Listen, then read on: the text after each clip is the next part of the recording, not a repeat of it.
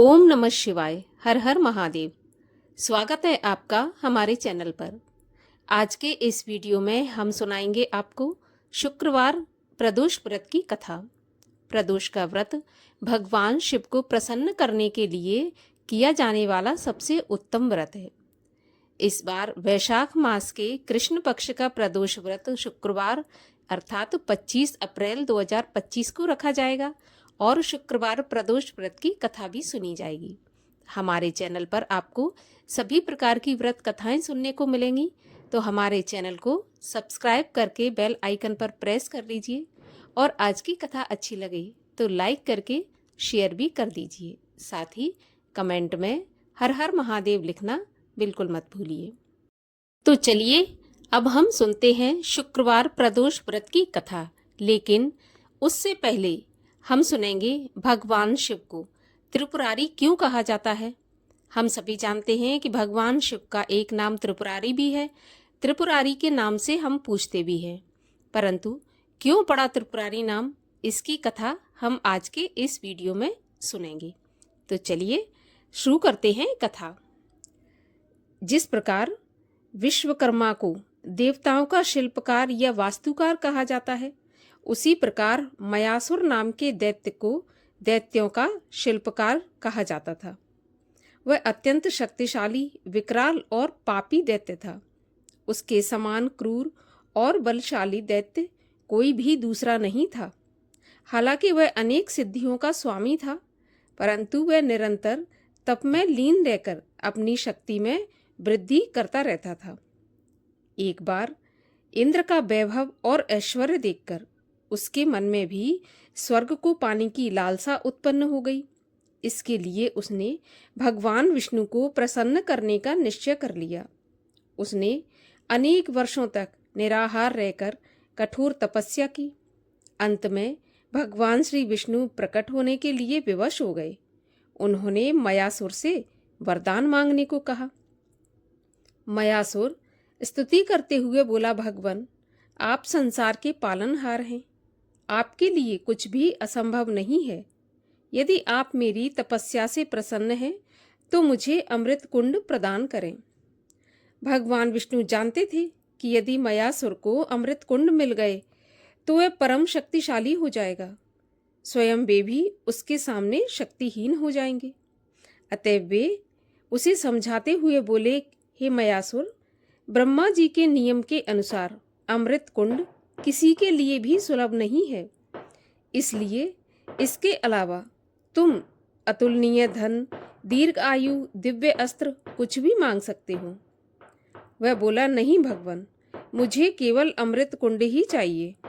यदि आप देना चाहते हैं तो मुझे अमृत कुंड प्रदान करें, अन्यथा मैं दोबारा से कठोर तपस्या करके आपको प्रसन्न करूंगा।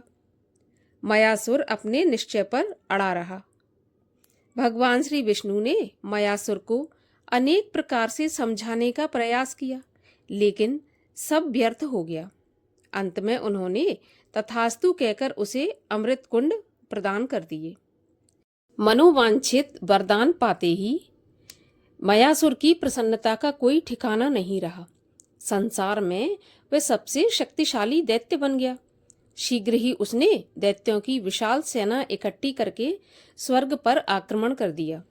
इसके लिए उसने सोने, चांदी और लोहे के 3 बड़े बड़े किले बनवाए, जो कि आकाश में उड़ सकते थे। दैत्य उसमें बैठकर देवताओं पर अस्त्र शस्त्रों से आक्रमण करने लगे। युद्ध में देवताओं का नेतृत्व भगवान शंकर कर रहे थे। उनके बाणों से पल भर में हजारों दैत्य काल का ग्रास बन जाते, परंतु मयासुर सभी मरे हुए दैत्यों को उठाकर अपने किलों में ले जाता और अमृत पिलाकर उन्हें दोबारा से जीवित कर देता। इस प्रकार युद्ध चलते हुए हजारों वर्ष बीत गए। धीरे धीरे युद्ध में देवताओं का पक्ष कमजोर पड़ने लगा। ऐसी स्थिति में भगवान विष्णु ने अपनी माया का सहारा लिया। वे गाय तथा ब्रह्मा जी बछड़ा बनकर मयासुर के किलों में गए और छल पूर्वक सारा अमृत पी गए। उसके बाद भगवान शिव ने अपने त्रिशूल से मयासुर के 3 किलों को उसकी सेना के सहित भस्म कर डाला। तीनों किलों को एक साथ भस्म करने के कारण भगवान शिव को त्रिपुरारी नाम दिया गया और भगवान शिव त्रिपुरारी नाम से पूजे गए। तो ये थी भगवान शिव के त्रिपुरारी होने की कथा। और अब सुनते हैं शुक्रवार के प्रदोष व्रत की कथा। सूत जी बोले, प्राचीन काल की बात है, एक नगर में 3 मित्र रहते थे। तीनों में ही घनिष्ठ मित्रता थी। उनमें एक राजकुमार, दूसरा ब्राह्मण पुत्र, तीसरा सेठ का पुत्र था। राजकुमार और ब्राह्मण का पुत्र विवाहित थे। सेठ के पुत्र का अभी विवाह हो गया था, परंतु गौना नहीं हुआ था। एक दिन तीनों मित्र आपस में अपनी अपनी पत्नियों की चर्चा कर रहे थे। ब्राह्मण पुत्र ने नारियों की प्रशंसा करते हुए कहा कि नारीहीन घर भूतों का डेरा होता है। सेठ पुत्र ने जब यह वचन सुना तो अपनी पत्नी को लाने का तुरंत ही निश्चय कर लिया। सेठ का पुत्र अपने घर गया और अपने माता पिता से अपना निश्चय बताया। उन्होंने बेटे से कहा कि शुक्र देवता अभी अस्त हैं, डूबे हुए हैं। इन दिनों बहू बेटियों को उनके घर से विदा करके लाना शुभ नहीं माना जाता। अतः जब शुक्र उदय हो उसके बाद तुम अपनी पत्नी को विदा करके ले आना। सेठ का पुत्र अपनी जिद पर अड़ा रहा और टस से मस नहीं हुआ और अपनी ससुराल जा पहुंचा। सास ससुर को उसके इरादे पता चले। उन्होंने इसको समझाने की बहुत कोशिश की, परंतु ये नहीं माना। उन्हें विवश होकर अपनी कन्या को विदा करना पड़ा। ससुराल से विदा होकर पति पत्नी नगर से बाहर निकले ही थे कि उनकी बैलगाड़ी का पहिया टूट गया और एक बैल की टांग टूट गई। पत्नी को भी काफी चोट आई। सेठ के पुत्र ने आगे चलने का प्रयत्न जारी रखा। तभी डाकुओं से भेंट हो गई और वे धन धान लूट कर ले गए। सेठ पुत्र अपनी पत्नी सहित रोता पीटता अपने घर पहुंचा। जाते ही उसे सांप ने डस लिया। उसके पिता ने वैद्यों को बुलवाया। उन्होंने देखने के बाद घोषणा की कि सेठ पुत्र 3 दिन में मर जाएगा।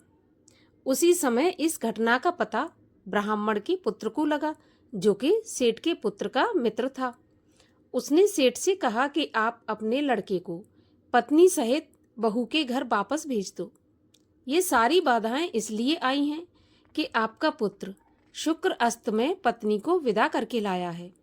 यदि वह वहां पहुंच जाएगा तो बच जाएगा।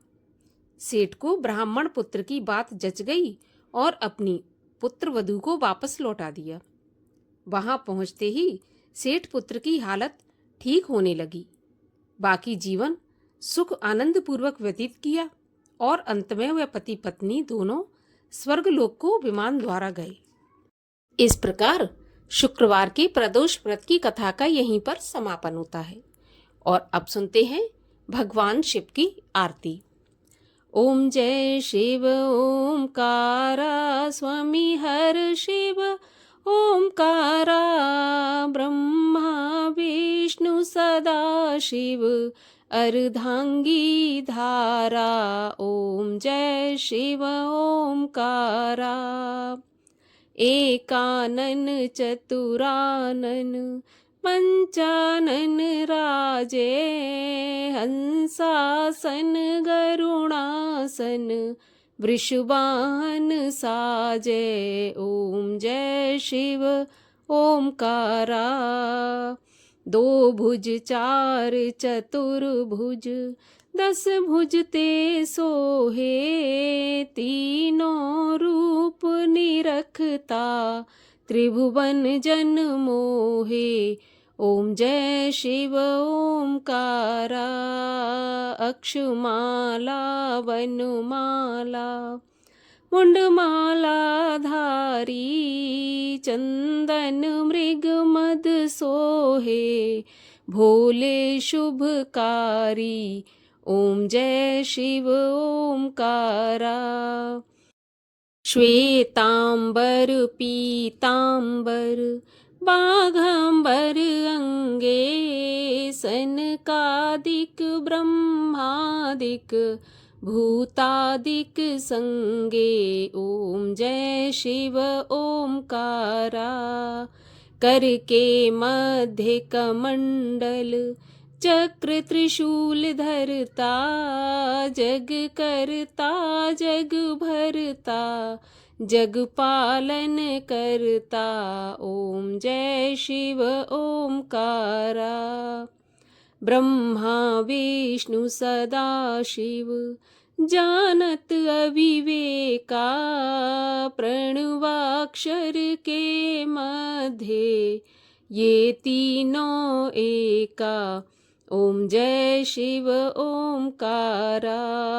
त्रिगुण स्वामी जी की आरती जो कोई जन गावे, कहत शिवानंद स्वामी सुख संपत्ति पावे, ओम जय शिव ओमकारा। बोलिए भगवान शिव शंकर महादेव की जय।